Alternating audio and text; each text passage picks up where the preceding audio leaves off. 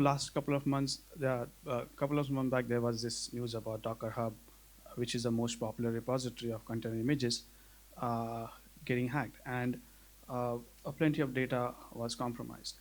And that's if this kind of situation arises in a registry which is popular regularly, what could happen is an attacker can change the images that you trust that you download, and you may end up downloading the images that are actually compromised. Uh, and this does not mean that it only happens in the case of Docker Hub. You could have your own registry, and this could happen in anyone's case. So, but you might argue that there are ways to prevent that. If anyone gets, let's say, an access to your registry, you could have a Docker notary or portary set up in a way that even if your registry server gets compromised, your signed images will not match, and you still can protect yourself in such scenario. However, if your registry holds images which have a sensitive content in it, it does not prevent it from the code getting compromised. In that sense, uh, let's see how we can envision a scenario where we can mitigate such attacks. So what we are looking for here is we need to be able to create container images where we should be able to during the build process we should be able to encrypt them, then upload it to the registry, and then decrypt them while you run them using, let's say, Kubernetes. That way, the advantage of that process is you do not depend on registry being highly privileged.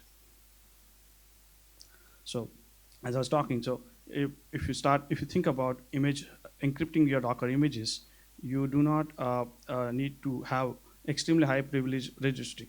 That means you do not have to trust your administrator, either malicious or either intentional or unintentional compromise of your registry, as well as it brings in image confidentially. So you can have extremely confidential algorithms, like say you might have a trained TensorFlow model, for example, which you do not want to be exposed to the outside world. You can argue that you can keep the registry password protected, but even in that case, the administrator, where the registry is hosted, storing the data, has the access to the contents of the store. So, and once you bring in encryption, it allows you to do a lot of interesting stuff. Like, for example, you can sign the container images with the target system's public key in such a way that you can enforce that the container images that I'm building will run only in specific geographies. For example, you can say a particular image will only run inside the European Union's geographic borders. So let's say how we can envision this. Now, I'd like to tell you that the work has been happening all the way from OCI spec and Kubernetes and anything in between. And we are talking to all these communities, and the final output that you may say when everything falls in line may or may not actually overlap with what I'm saying right now, but it will be very similar to this. So let's see how we will be able to encrypt the container image. So you have a Docker build command, let's say, imagine, and you should be able to pass a public key. So let's say I want to be able to create a container image in such a way that only Brandon should be able to run it. So I take his public key. During the Docker build process, I should be able to take his public key, encrypt it. And then this encrypted key, I will push it to the registry. Once inside the registry, it gets interesting how you're going to use it or consume it within the context of Kubernetes.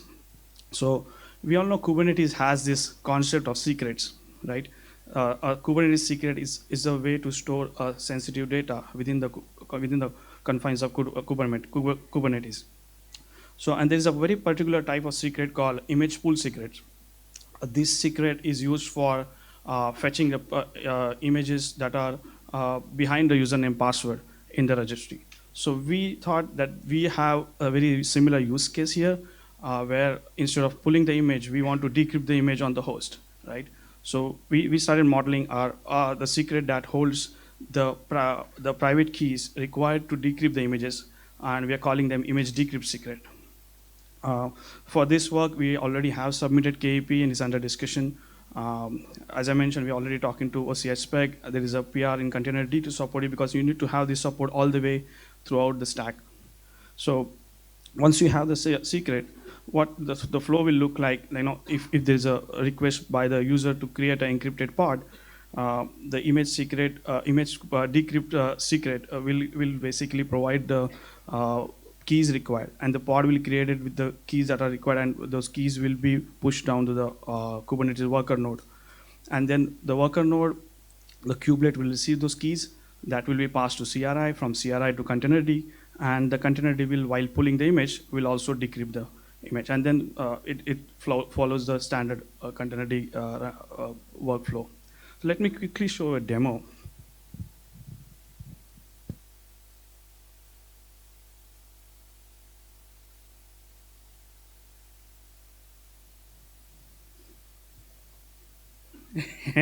Yeah, this is strange. So let me just say clear, and then let me go to Containerd. So although I talked about Docker build, to begin with, we started playing with Containerd directly because that was easier to deal with, and Docker build, end of the day, will end up invoking something similar. So let me see. As you can see, you only have one image right now, Nginx, and then on this system, I have a sample GPG key pair, and I'm going to use that to encrypt the image first. So what I'm going to do is I'm going to say, take this image encrypted, take this Nginx image and encrypt it with the key that I'm asking it to. So it's going to encrypt that image.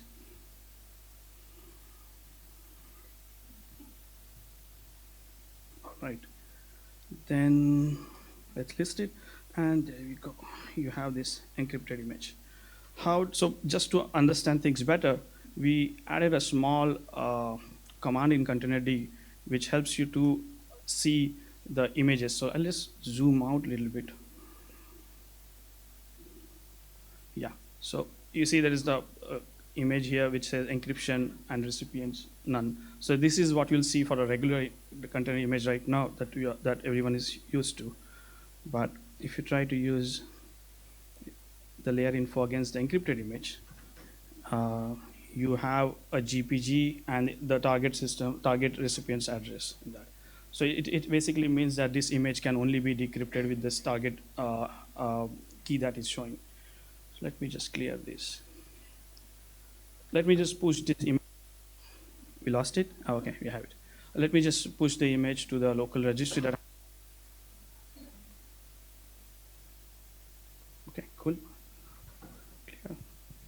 And now I'm gonna change it. And this is the standard Kubernetes secret. It's a default token that we have here.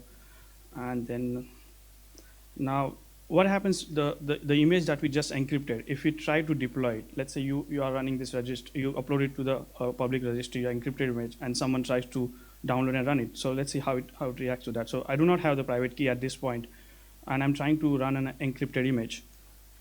It just got created. Just wait for a second. Yeah, so I got an error. Let's see what the error is.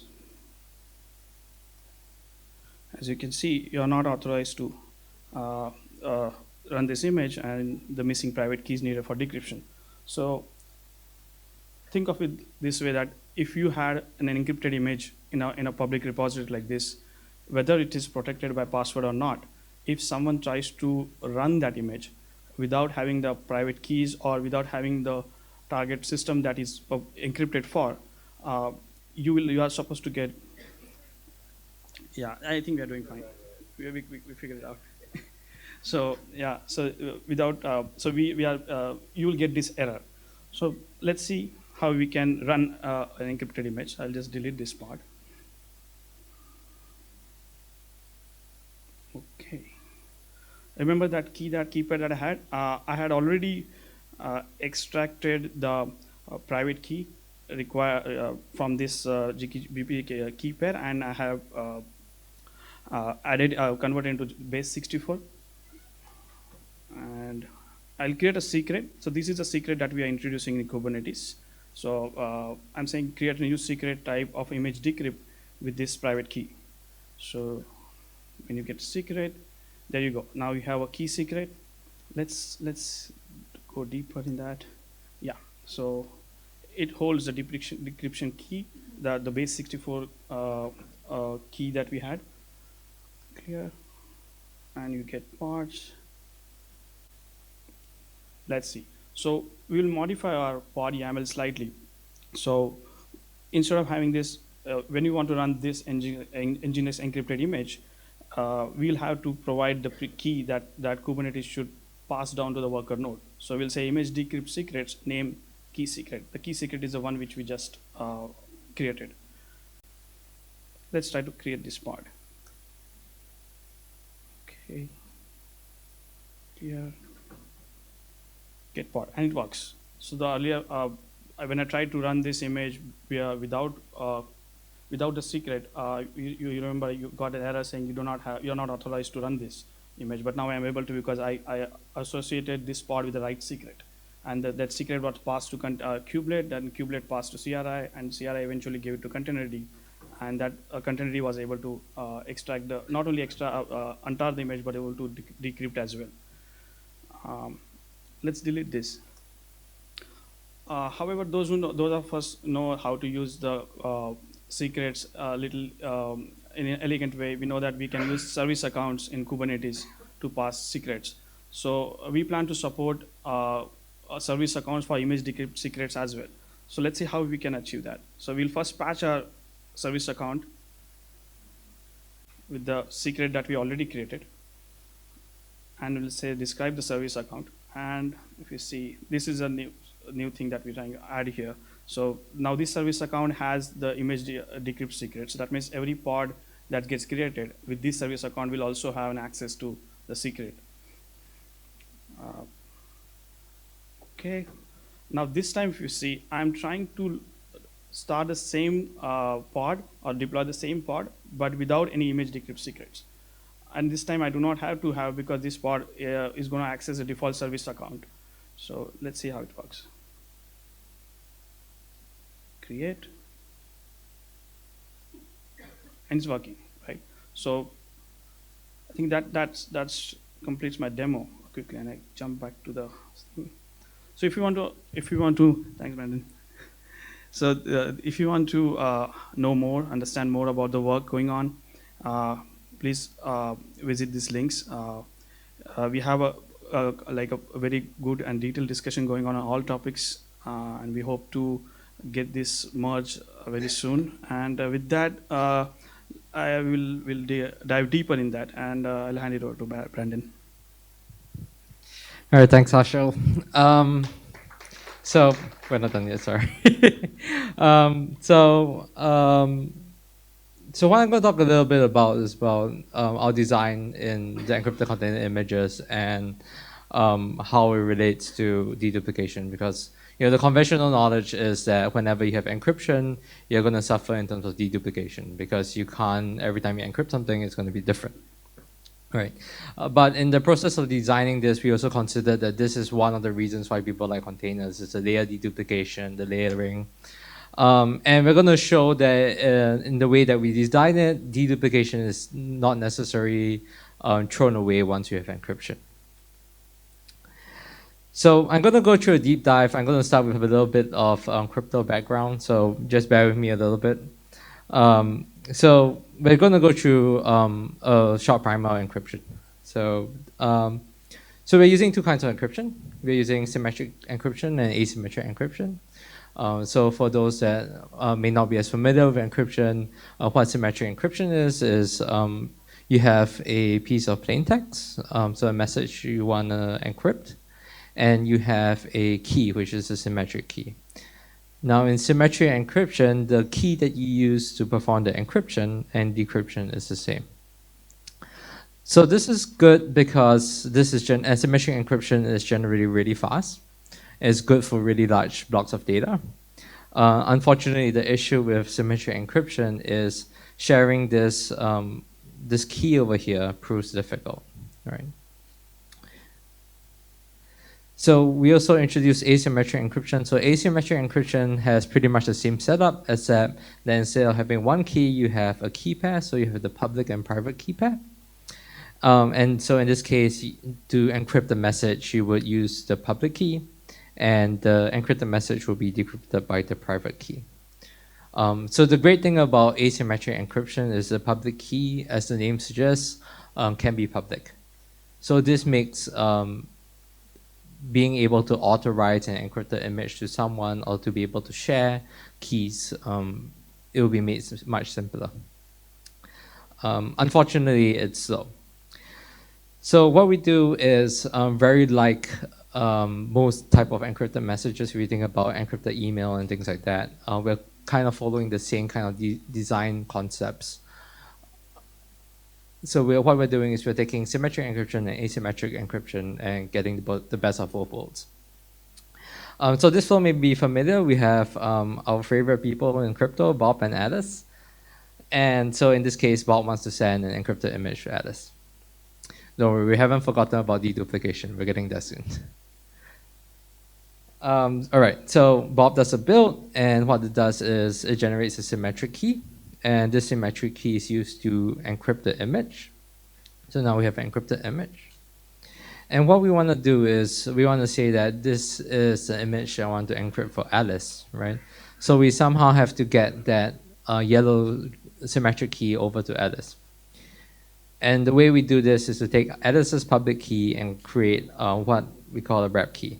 So this wrap key you can think about as a message that contains the symmetric key as well as all the cryptographic metadata required to understand how to decrypt the image. So this wrap key can only be decrypted by Alice, and what Bob does to expose that image is to upload these two things into the registry. So on Alice's side, to be able to decrypt the image is pretty much the opposite of what we saw earlier, right? She takes the wrap key that only she can open and decrypts it with her own private key, which only she has access to. And from there, she gets the symmetric key as well as the parameters to perform the decryption, and she successfully decrypts the image. All right. So how does this relate to what the images actually look like? So if we dive deep into what changes we are looking at in the OCI spec. So to start off with, what we have here is what the OCI spec image spec looks like today, right? So the image spec, at least in here you see the manifest, is really some metadata about the image itself, and each layer is basically a blob of a collection of files. And in this case, the files are just tarred up, right? So it's a blob that's represented by the SHA. So what we're doing, and the design decision that we've made, is to perform encryption on the layer level. So in this case, on top of performing the tar and the gzip of the collection of files, we're doing the additional step in generating the symmetric key and performing the encryption on every layer. So the changes here to the spec are pretty straightforward. One is we've added a new media type. So we've added the +ENC media type, standing abbreviated for encryption. And what this means is it tells the runtime that this image is encrypted, and it's going to try and decrypt it. And we've also added an additional field in the annotations here called the keys. And what these keys are the wrap keys that we saw earlier. So the keys here could be a wrap key for Alice, a wrap key for Bob, and so on. So one interesting thing, so now we're back to deduplication, right?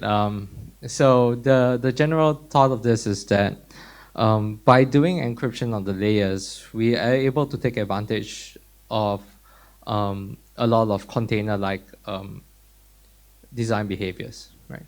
So generally, if you have a container, your container is made out of a couple of layers. So you have like the operating system, you have the middleware like Python, and then usually if you have a sensitive piece of code, it's a very small a very small piece of code. It may be like trading algorithm or maybe a machine learning model or something, right? And so what it means when we do encryption on the layers is that we can benefit from this because the bottom layers, which end up being the larger layers, actually don't have to be encrypted at all. And so these layers can still be shared. You can encrypt just the topmost layer for a couple of images. So that's one. The second thing, which is why we talked a little bit about how we ended up doing the crypto, is that let's say I want to encrypt an image for myself. I want to encrypt an image for Harshal and 5 other people, right? So traditionally, what you would do is, I would encrypt once for Harshal, I would encrypt once for myself, I would encrypt once for the 5 other people. But if we look at the spec, we can see here that the way we've done it is we split up the actual encrypted blob separate from the wrap key itself. So what this means is that if I want to create an encrypted image for multiple people, I can have the same encrypted blob and just upload 5 different wrap keys for the 5 different people. So in this way, if I want to be able to give authorization to additional parties to decrypt my image, I can do so without actually changing the hash of the blob in the registry.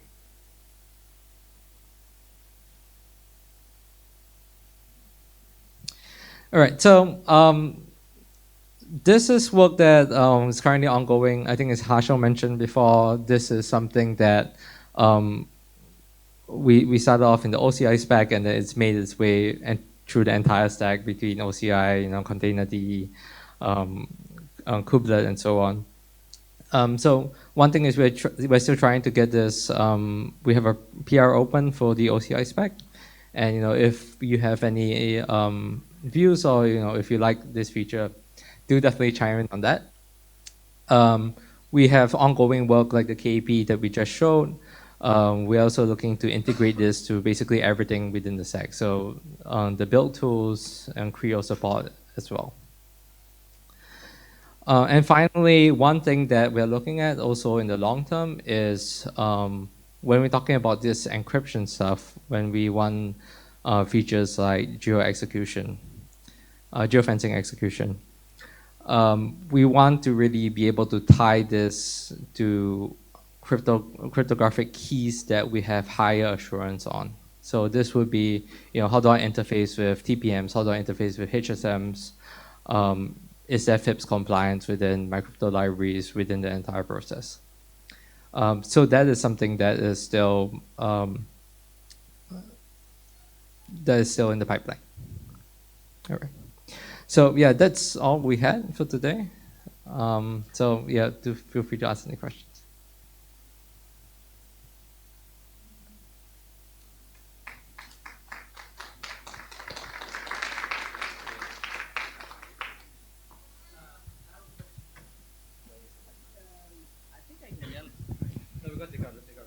Okay, it might be a stupid one, but my question is: we are solving one problem, but how do we manage those keys? What's the plan to manage? Are we integrating it with any key vault solutions, or what kind of solutions we are integrating it with? So right now, the way that we've set this up is that the key management solutions are not necessarily tied to the technology. So you can still be able to bootstrap your keys through any key management solution that you have. But with features that you're talking about, so you could use like Vault or Key Protect or Azure Key Vault.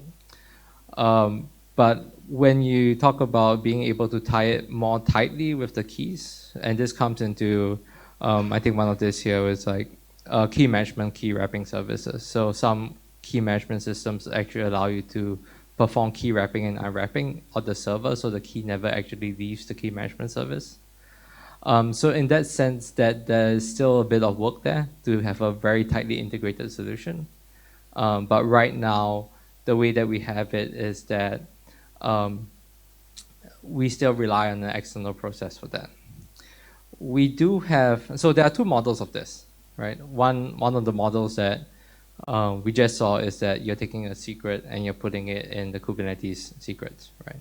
So you will manage that secret the same way you will manage your image pool secret. There's another model that we have looked at and we have some prototypes on, which is that really my key management and authorization is tied to the host. So in this case, what we're doing is we have a prototype that actually injects this in the runtime. So there's validation within our key management service to the node. So it does attestation of the node to ensure that it's authorized to obtain the key. And this ties back to a root of trust like TPM or something. And for that, we deliver the keys through the runtime. So there are a couple models. Yeah, and to add into his, you can use KMS services with the existing Kubernetes secrets, and this is another type of secret. So if you can tie up your Kubernetes to your key service provider, all your keys get, instead of they staying in the master, they get pushed to your choice of KMS. So similarly, this is not any different. This is just another type of secret. So that will transparently get attached to the KMS. Thank you. Yeah. Can we decide which level of layer has to be encrypted and which does not need encryption? Do you mean can you selectively do encryption? Yeah, or yeah. you can. Okay. It doesn't have to be the topmost. It can be anything in between either. Yeah, one more question. How much more resource do you need during the encryption and decryption images? Or maybe the percentage? So you're talking about overhead, right? Yeah, during the encryption and description of image and how much more resource you need? So this is something that we haven't measured in a while, but theoretically it shouldn't take up that much resource. So the way that with the implementation that we have uses a streaming type of cipher. So in terms of the encryption process, it's part of the pipeline. So although there can be the latency is very minimal, but the bandwidth is still going to be about the same. Yeah. Maybe if you deploy the more images, it depends on it will be using more resource to deploy it, right? Yeah, but you need to do this only once when the first time image comes in, because the container D will extract it, or any runtime will extract it and keep it on a host. So it's not something which gonna get executed or gonna execute every time you run the container. This is only first time the image has to be pulled on the host. And second thing is the way we have implemented is we next time there is a request comes to deploy an encrypted image, we do not download again. We can check against the existing extracted image, and we call it image authorization. Yeah. So there are two concerns. One is the latency concern, which I don't think we're that worried about because the pool latency is still a lot more than decryption latency. The other resource concern you may be worried about is maybe how much actual computation there is, and that's why in our design a bulk of the encryption is symmetric encryption, which isn't really that it's pretty efficient. Yeah. Thank you.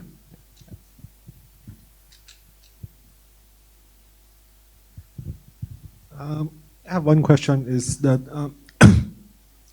suppose you have those encrypted image and you put it in a registry, how are tools like vulnerability scanning going to work if it's encrypted? That's a good question. So we left out this slide.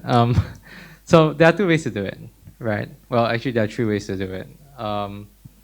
So there are two main ways that we kind of recommend. One of which is you could actually, so when you saw the wrap keys earlier, I created a wrap key for Alice, I created a wrap key for Harshal. So what you can do in the creation of the DevOps pipeline is that you can say that if I trust a certain service, for example, I have a vulnerability scanning service, right? So I say that this vulnerability scanning service has a particular key pair. So I can say that I'm going to encrypt a wrap key for this service. So if I trust the service that pulls the image should be able to decrypt it. The other way to do it is we're trying to see whether people are accepting to move the vulnerability scans before it actually goes to the registry. Which there are advantages and disadvantages, like it's trade-off. Yeah, but no matter both ways, we have models that would be able to solve the issue. Yeah.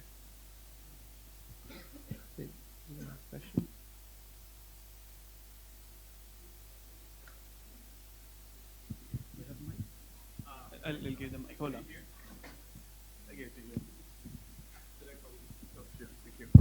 Just a quick question. So, is the let's say I'm going to encrypt the image twice. Is it going to generate the same symmetric key or different symmetric key?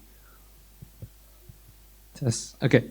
So if you're gonna generate the same image twice, it's gonna be a different symmetric key. Even for the same user?